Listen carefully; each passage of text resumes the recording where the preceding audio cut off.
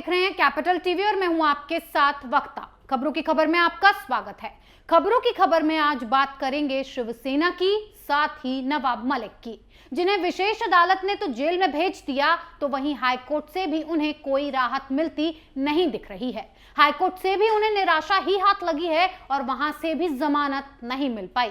Money laundering और underworld don Dawood Ibrahim से संबंध के आरोप में जेल जा चुके एनसीपी लीडर और महाराष्ट्र के अल्पसंख्यक कल्याण मंत्री नवाब मलिक ने अपनी जमानत के लिए हाईकोर्ट में भी याचिका दायर की थी। जब वो ईडी की कस्टडी में थे तभी बीमारी का बहाना बनाकर अस्पताल पहुंचे और वहीं से हाईकोर्ट में याचिका दायर की। अपनी याचिका में नवाब मलिक ने कहा था कि ईडी उन्हें गलत तरीके से गिरफ्तार कर रही है, उन्हें जमानत दी जाए, और इस पर हाईकोर्ट में सुनवाई हुई। हाईकोर्ट में नवाब मलिक की तरफ से अमित देसाई ने दलीलें पेश की, तो वहीं ईडी की तरफ से यह कहा गया कि नवाब मलिक को जमानत देना उचित नहीं होगा। इस पर हाईकोर्ट ने नवाब मलिक को जमानत नहीं दी और बुधवार यानी 9 मार्च को एक बार फिर सुनवाई होगी। आपको बता दें कि नवाब मलिक को कोर्ट ने 7 मार्च को 14 दिनों के लिए न्यायिक हिरासत में भेजने का फैसला लिया था, यानी 21 मार्च तक Nawab Malik Arthur road jail में ही रहेंगे।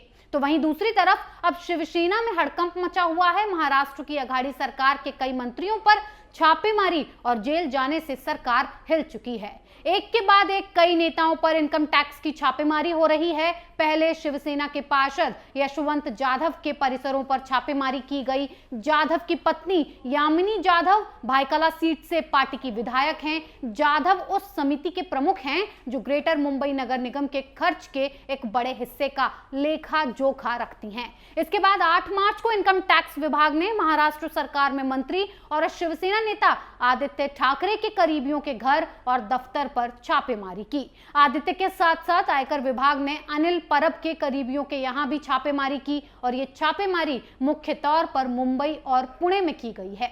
आयकर विभाग की टीम पूरी महाराष्ट्र में 20 से अधिक परिसरों में तलाशी ले रही है। इनमें से 22 साइट मुंबई में थी। अब ऐसी कार्रवाई से पूरी महाविकास अघाड़ी सरकार सकते में आ गई।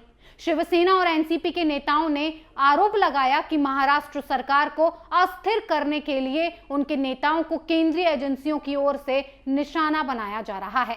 महाराष्ट्र के मुख्यमंत्री उद्धव ठाकरे के बेटे मंत्री आदित्य ठाकरे ने इस छापेमारी को लेकर बीजेपी और केंद्र सरकार पर निशाना साधा और कहा कि केंद्रीय एजेंसियों का इस्तेमाल भारतीय जनता पार्टी के प्रचार तंत्र के रूप में किया जा रहा है और देश के अन्य हिस्सों में भी इसका दुरुपयोग किया जा रहा है।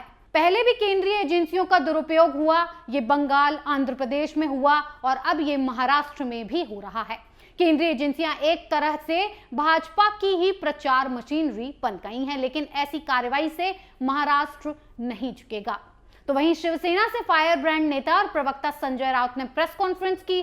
संजय राउत ने महाराष्ट्र बीजेपी और केंद्रीय एजेंसी खासकर ईडी पर जोरदार हमला बोला। शिवसेना नेता संजय राउत ने कहा कि हमारे लोगों पर अब आईटी को छोड़ा गया है। मुझे लगता है जब तक बीएमसी का चुनाव नहीं हो जाता तब तक हर वार्ड में आईटी जाएगी और छापेमारी करेगी। अब केंद्रीय एजेंसियों को यही काम रह गया है। पूरा देश जानना चाहता है कि केंद्रीय एजेंसी सिर्फ महाराष्ट्र और पश्चिम बंगाल में ही छापेमारी क्यों करती है।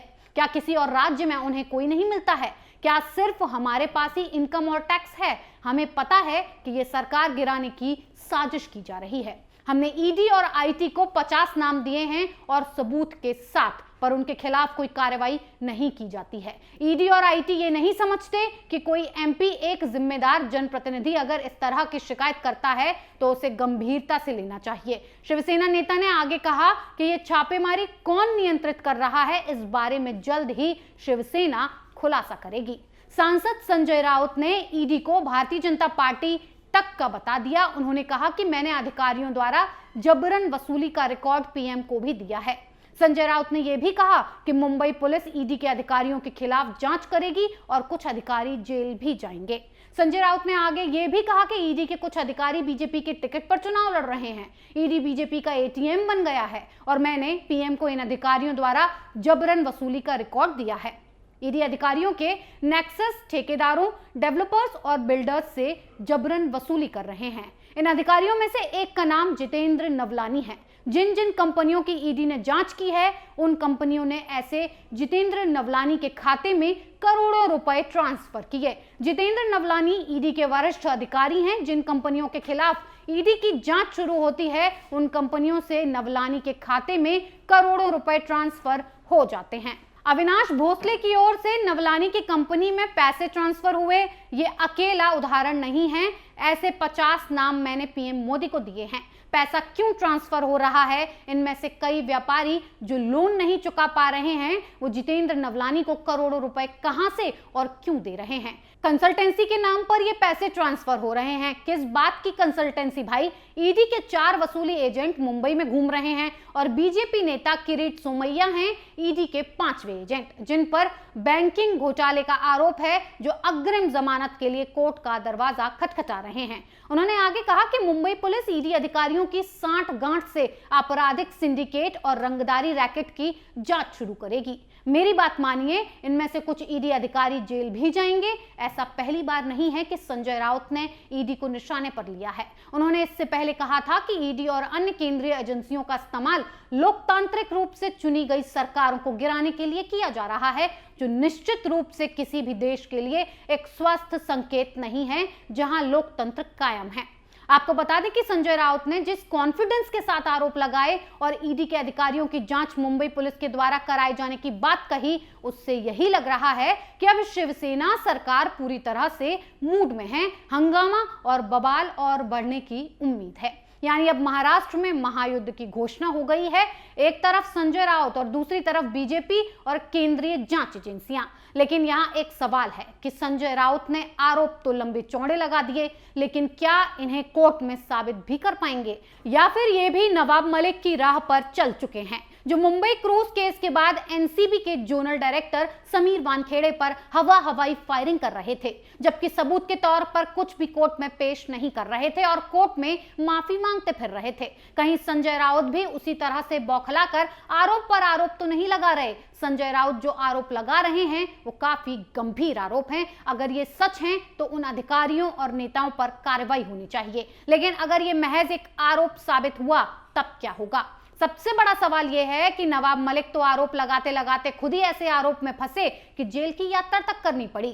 कहीं संजय राउत भी? नहीं, ऐसा नहीं होगा, क्योंकि संजय राउत सब कुछ सामने देख रहे हैं, सामने से देख रहे हैं और झेल भी रहे हैं। ऐसी गलती नहीं करेंगे। तो वहीं सीएम उद्धव ठाकरे बिल्कुल शांत हैं और कुछ भी नहीं बोल रहे हैं, जबकि ऐसे गंभीर मामलों में उन्हें भी बोलना चाहिए। संजय राउत के आरोप पर भी और नवाब मलिक के आरोपी होने पर भी कि उनका इस्तीफा कब तक होगा। आपकी इस पर क्या राय है? हमें कमेंट बॉक्स में कमेंट करके जरूर बताएं। तब तक के लिए बने रहिए कैपिटल टीवी के साथ। नमस्कार।